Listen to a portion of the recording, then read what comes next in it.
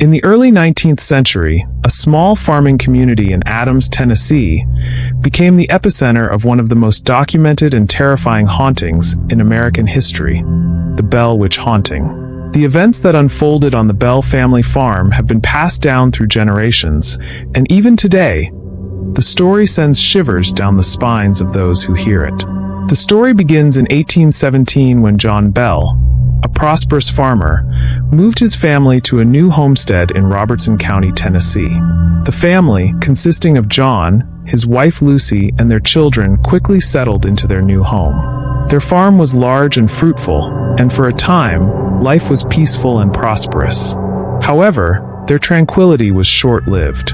It all started innocuously enough with strange noises, soft scratching sounds in the walls, followed by the distinct sound of a rat gnawing at the bedposts. At first, the family dismissed it as the work of rodents, but the noises soon grew louder and more disturbing. They began hearing the sound of chains dragging across the floor, disembodied voices whispering in the dark, and the terrifying thud of heavy objects falling, only to find nothing had moved. As the weeks passed, the haunting became more intense. Family members began to experience terrifying encounters. The Bell children reported seeing strange animals on the property: a large dog with the head of a rabbit, birds of enormous size, and creatures with glowing eyes that vanished as quickly as they appeared. These sightings were unsettling, but they paled in comparison to what was happening inside the house. The entity seemed to take a particular interest in Betsy Bell, the youngest daughter. Betsy would often be slapped, pinched, and pulled out of bed by an unseen force. Her hair was pulled so hard that it left her scalp raw and bleeding. The entity began speaking to her in a voice that was sometimes soft and motherly, other times harsh and menacing. It mocked her, called her names, and made vile threats. The haunting didn't stay confined to the Bell household. Neighbors and visitors reported witnessing strange occurrences.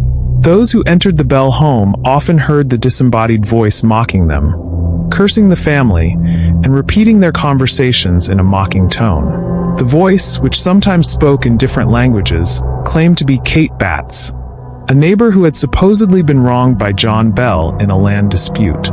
Kate Batts was known for being eccentric, and some in the community suspected her of practicing witchcraft. Whether the spirit was indeed Kate Batts or some other malevolent entity, the Bell family began referring to it as the witch. The spirit's hatred for John Bell was particularly intense. It would taunt him mercilessly, vowing to end his life. John's health began to deteriorate rapidly. He suffered from mysterious ailments that no doctor could diagnose, and his condition worsened day by day.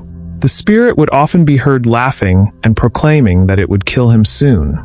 In one particularly chilling episode, the spirit began mimicking the voices of John Bell's neighbors, perfectly replicating their tones and inflections. It would call out to him in their voices, only to dissolve into malicious laughter when he responded. The Bell family and their neighbors were growing increasingly terrified, unsure of what to do or how to stop the relentless torment. As the entity's malevolence grew, it became clear that it was not just a simple haunting. The spirit began to display an eerie intelligence and awareness of events happening outside the Bell home. It would predict future occurrences, and often, those predictions would come true. When visitors came to the Bell farm, the spirit would reveal secrets about their lives that no one else could have known. It began to seem as though the Bell, which was omniscient, a terrifying force that knew everything and could manipulate events at will. In 1820, after 3 years of relentless torment, John Bell was found dead in his bed. Beside him was a small vial of an unknown liquid. The spirit claimed responsibility for his death, stating that it had given him the poison. When the vial was tested, it was found to contain a substance that was not recognized by any doctor of the time. The entity's victory was complete, and John Bell became the only person in history to be recorded as having been killed by a ghost. Even after John Bell's death, the haunting did not cease. The spirit continued to torment the family, particularly Betsy Bell. Betsy, who had become engaged to a local man named Joshua Gardner, was relentlessly harassed by the spirit, which disapproved of the match. The entity's interference grew so intolerable that Betsy eventually broke off the engagement, succumbing to the relentless pressure and fear. The spirit's presence grew stronger in the weeks following John Bell's death. It would continue to mock the family, especially during the night. Betsy's nights were filled with terror, as the spirit would yank her from sleep, dragging her across the room by her hair, leaving her bruised and terrified. The rest of the family was not spared either, with the spirit's wrath extending to all who lived in the Bell household. The haunting reached a fever pitch, with objects being thrown across rooms, furniture being overturned, and the incessant sound of chains rattling through the house. Eventually, the haunting subsided, but not before the entity made a chilling promise. It claimed it would return in 7 years. True to its word, the spirit reportedly returned in 1828, haunting John Bell Jr., one of John Bell's sons. This time, the haunting was less violent, but the presence of the spirit was undeniable.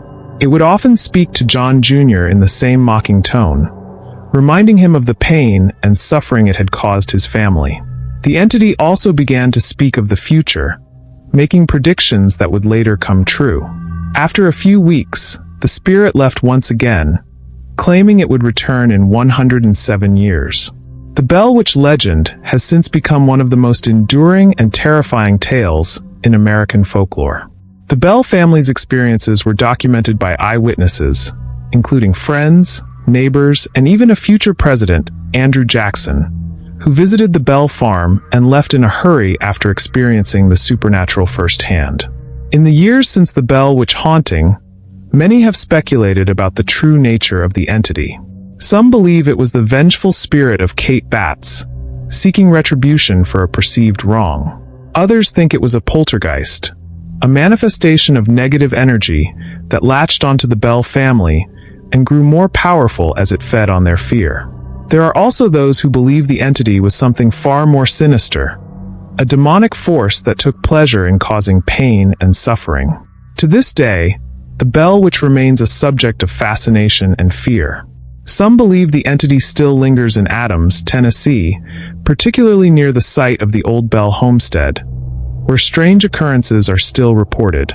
Visitors to the area have claimed to hear disembodied voices, see shadowy figures, and experience an overwhelming sense of dread. The legend has inspired books, films, and countless ghost hunters, all drawn to the chilling story of the Bell Witch, a tale of a family haunted, a life taken, and a malevolent spirit that refuses to be forgotten. The haunting of the Bell family serves as a reminder of the mysteries that lurk in the shadows, of forces we cannot see but can feel in the dead of night. The Bell Witch, whether a vengeful spirit, a poltergeist, or something far darker, remains one of the most terrifying and enduring ghost stories in American history.